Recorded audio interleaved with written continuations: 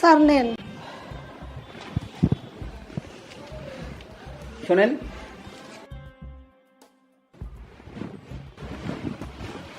আপনি এভাবে মুখ ঢেকে আছেন কেন? মাহি, আপনি কে? আপনাকে তো চিনতে পারলাম না। আমি এই বাসার কাজের বুয়া। নতুন কাজের লোক? কিন্তু অলরেডি তো আমার বাসায় একজন কাজের লোক আছে। হ, ওইও কাম করে আমিও কাম করি, আমরা দুইজনেই কাম করি। ওই দেখো, মাহি বাসায় কাজের লোক রেখেছে, অথচ আমি জানি না। যাই হোক, আপনি বোধহয় আমাকে চিনতে পারেননি। আমি এই বাসার মালিক, এই বাসাটা আমারই। কিন্তু আপনি এভাবে ঘুমটা দিয়ে আছেন কেন? না মানে আপনার কি কিছু লাগবে কোন, আমি আইনা দিতেছি। আচ্ছা ঠিক আছে, এক কাজ করুন তাহলে, আমার জন্য এক গ্লাস পানি নিয়ে আসুন। জি আচ্ছা।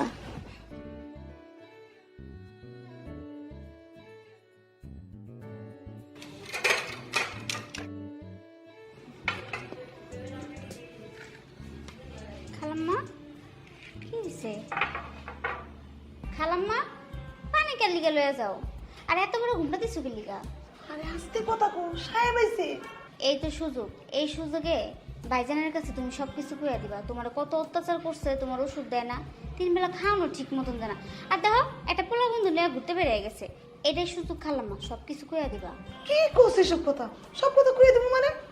আর তাছাড়া এই সংসারের কাম তো আমি করবোই। আমার বয়স হয়েছে না, বয়স হইলে তো একটু কাম কাজ করা লাগে, তাহলে সুস্থ থাকুন যায়। কোনো কথা কবি না, চুপ। খালাম্মা, তুমি তোমার নিজের ভালোটা কি বুঝো না? নিজের ভালোটা কবে বুঝবা? আগে তুমি তোমার নিজের ভালোটা বুঝো। মারে, আমি নিজের ভালো বুঝি দেখেই এই সংসারে আগুন লাগাইতে চাই না। তাছাড়া কাম কাজ করলে কোনো ক্ষতি হয় না। আমার তো বয়স হয়েছে, কাম কাজ করলে শরীর ভালো থাকবে। কিন্তু মা, আমার অনুরোধ, তুই কোনো ব্যস্ত লাগাইস না, আমার নিয়ে কোনো কথা কইস না। শোনো খালা, তুমি যদি নিজের ভালো বুঝতা, তাহলে এই বাড়িতে তুমি কাজের মাসি হয়ে থাকতা না। কইছি না চুপ।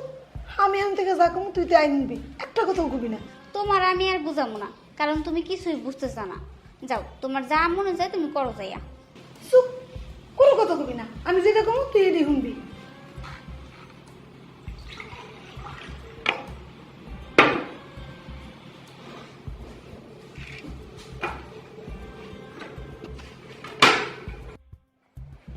মাহি বাসায় কাজের লোক রেখেছে, অথচ আমাকে একটাবার ফোন দিয়ে জানায়নি।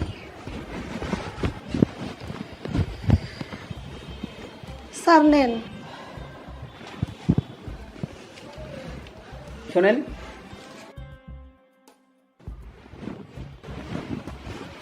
আপনি এভাবে মুখ ঢেকে আছেন কেন?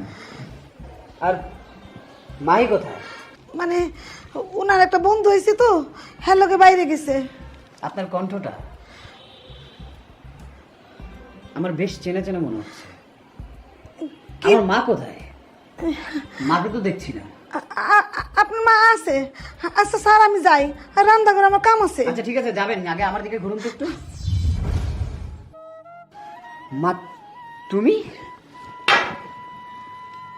তুমি হাতে আই ফুলি, ফুলি বাবা একটু আসতে। জি ভাইজান, আমরা ডাকছেন? ফুলি, আমার মা এখানে কাজ করছে কেন? এত বড় সাহস কার? ভাইজান কি আর কমু, আপনি যাওয়ার পর থেকে ম্যাডাম তো খালাম্মার দিয়া বাড়ির সমস্ত কাম করায়। আমি মানা করলে আমার কথা কি আর শুনবো কন? খালাম্মা দিনটা 24 ঘন্টা কাজ করে। তোকে এই বাড়ির কাজের লোক রেখেছি, তুই থাকতে আমার মা কেন কাজ করবে? আর তোর ভাবি কি করে আমার মাকে দিয়ে কাজ করায়? আমি এ বাড়ির সামান্য কাজের মেয়ে, আমার কথা কি আর কেউ শুনবে? ভাবি তো খালাম্মারে ঠিক মতন 3 বেলা খাওয়ানো দেয় না, ওষুধপত্রও কিনা দেয় না। চুপ, তোর এত কথা কইতে গেছি। মা, বাসায় এত কিছু হয়ে যাচ্ছে, অথচ তুমি আমাকে একটা বারের জন্য জানাওনি। না না বাজান, আমি কেন জানাবো কোন? এটা আমার একমাত্র সন্তান। আমি চাই না আমার জন্য তোর সংসারে কোনো অশান্তি হোক। তাছাড়া আমি নিজে থেকেই কাজ করি, বয়স হলে মানুষের কাম করার লাগে না। তুই বৌমার সাথে রাগারাগি করিস না। মা, ও কোথায়? মা শোনো, আজকে আমি ওর সাথে যা মন চাই তাই করব। তুমি এর মধ্যে একটা কথাও বলবো না। আরে তুমি কি ব্যাপার রাতুল, তুমি আমার গায়ে হাত তুললে কেন? কোনো কিছু বলা নেই করে হুট করে আমার গায়ে একটা থাপ্পড় বসিয়ে দিলে। তোর এত বড় সাহস হয় কিভাবে? তুই আমার মাকে দিয়ে কাজ করাস? সংসারের কাজই তো উনি করতেছে, এতে অন্যায়টা কোথায়? হ্যাঁ, অন্যায় কি করেছি আমি? এই চুপ! অনেক অনেক কথা শুনছি। আর না, অন্যায় হয়েছে। আমার মাকে দিয়ে কাজ করানো এটা অন্যায়। আজকে আমি যে এত পরিশ্রম করে টাকা কামাচ্ছি কার জন্য? হ্যাঁ, আমার এই মার জন্য। আজকে তোর সামনে তোর স্বামীটা দাঁড়ায় আছে একমাত্র এই ব্যক্তিটার কারণে। আর তুই বলছিস কোনো অন্যায় হয় নাই। অবশ্য তোর চোখে এইসব অন্যায় ধরা না পড়াটাই স্বাভাবিক। তোর পাশে যে লোকটা সে কে? ও আমার ফ্রেন্ড, ওর নাম শুভ। ফ্রেন্ড? একজন বিবাহিতা মহিলা হওয়ার পরেও তুই অন্য আরেকটা ছেলেকে নিয়ে বাইরে ঘুরছিস, সেটা তোর কাছে অন্যায় মনে হচ্ছে না। অথচ আমার বাসায় আমার মাকে দিয়ে তুই কাজ করাচ্ছিস, সেটা তোর কাছে অন্যায় মনে হচ্ছে না? কি করে পারিস? কি করে পারিস তুই এত কিছু করতে? দেখো রাতুল, আমি অন্যায় কোনো কিছু করিনি। আমি তো আমার ফ্রেন্ডের সাথে ঘুরতে বেরোইছি, এখানে অন্যায় কি আছে? হ্যাঁ, মাহিদা একদম ঠিক কথাই বলছে। আমরা কি এমন করেছি?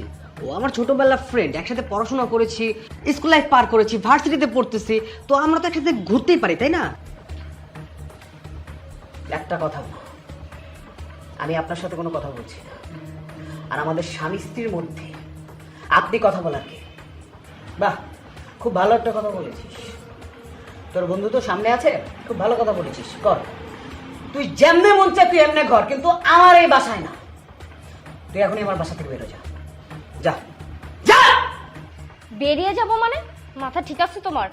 এইটা আমার হাজবেন্ডের বাড়ি, এটা আমার স্বামীর ঘর। আমি এখান থেকে কোথায় যাব? হ্যাঁ, আমি এখান থেকে কোথাও যাব না, বরং আমি এখানেই থাকবো। কি বলি? এইটা তোর স্বামীর বাড়ি না, এইটা এই মহিলার ছেলের বাড়ি, তোর স্বামীর বাড়ি না। তুই আমার মাকে বিন্দু পরিমাণ সম্মান করতে জানিস না। তুই করবি আমাকে সম্মান, তুই করবি আমার সংসার। তোর সাথে আমি আর এক মুহূর্তও থাকবো না। আমি একটা কিছু করে ফেলবো, করার আগে তুই আমার চোখের সামনে দূর হ। না না বাজান, তুই ভুল করতেছ। বৌমা কই যাবো? তোরে কইছে না বৌমার সাথে রাগারাগি করবি না? বৌমা ছোট মানুষ, এখন বুঝতেছে না, একটা সময় ঠিকই বুঝবো। ছোট বাচ্চা কিছু বোঝে না, এগুলো তুমি কি বলছো না? ও কিভাবে পারলো তোমাকে দিয়ে কাজ করাতে? আজকে যদি তোমার জায়গায় ওর মা হতো, ও কি এই কাজটা করতে পারতো? মা দুনিয়া সব কিছু মেনে নিতে রাজি আছি, কিন্তু মায়ের অপমান পারবো না। তুই এখনই আমার চোখের সামনেতে বের হ, যা। শোনো রাতুল, আমি ভালো মতো বলে দিচ্ছি, এই বাড়ি ছেড়ে আমি কোথাও যাব না। দেখ মাহি, আন্টি কিন্তু একদম ঠিক কথাই বলছে। আসলে তোর একটা জিনিস খুব ভালো করে বুঝতে হবে, যেটা তোর সংসার। তুই চাইলেও আগের মতো তোর লাইফটা লিড করতে পারবি না। দেখ, তুই স্কুল কলেজে কিভাবে লাইফ লিড করতি, সেটা কিন্তু তোর সংসার জীবনে ইফেক্ট করবে। আসলে ভুলটা তোর একার না, ভুলটা আমারও ছিল। আমি তোকে সবসময় বলতাম যে চল ঘুরতে বের হই, চল এখানে যাই সেখানে যাই। আসলে এটা করা ঠিক না। দেখ, তোর শাশুড়ি, তোর হাজব্যান্ড যেহেতু চাচ্ছে না, সেহেতু তাদের কথার বিরুদ্ধে গিয়ে কোনো কাজ করা তোর মোটেও ঠিক হবে না। তাছাড়া বরং তুই তোর শাশুড়ির কথা শুনে, তোর হাজব্যান্ডের কথা শুনে মনোযোগ দিয়ে সংসারটা কর। আর ভাইয়া, আই এম এক্সট্রিমলি সরি। আমি আর কখনো এসে আপনাদের ডিস্টার্ব করবো না, আর ওকে কখনো বলবো না যে কোথাও ঘুরতে যেতে। আপনারা কিছু মনে করবেন, আপনারা আমাকে মাফ করে দেবেন। আর আন্টি, আপনি আমাকে মাফ করে দেবেন। ঠিকই বলেছিস, আমার বোঝা উচিত ছিল। হ্যাঁ, আমি এখন বিবাহিত, অন্যের ঘরের স্ত্রী। এটা আমার সংসার, এখানেই আমার সব কিছু। এটা যত সুন্দরভাবে গুছায় নিব, ততই আমার জন্য ভালো। আর আমি কিনা উড়নচণ্ডী হয়ে ঘুরে বেড়াচ্ছি, এটা আমার একদমই ঠিক হয়নি। রাতুল, তুমি আমাকে মাফ করে দাও। আসলে সংসার জিনিসটাকে এতদিন আমার মাথায় ঢুকেনি। মা, আপনি আমাকে ক্ষমা করে দেন। এরপর থেকে কখনো আর আমি আপনাকে কাজে হুকুম দেব না। এটা তো আমার সংসার, আমি 2 হাত দিয়ে এই সংসারটা খুব সুন্দরভাবে আগলে নিব। থ্যাংক শুভ। ঠিক আছে, যা কিছু বলেছি সব কিছু মাথায় রাখবি, ওকে? আমি তাহলে আসি ভাইয়া, আসি। চলো ফ্রেশ হবে।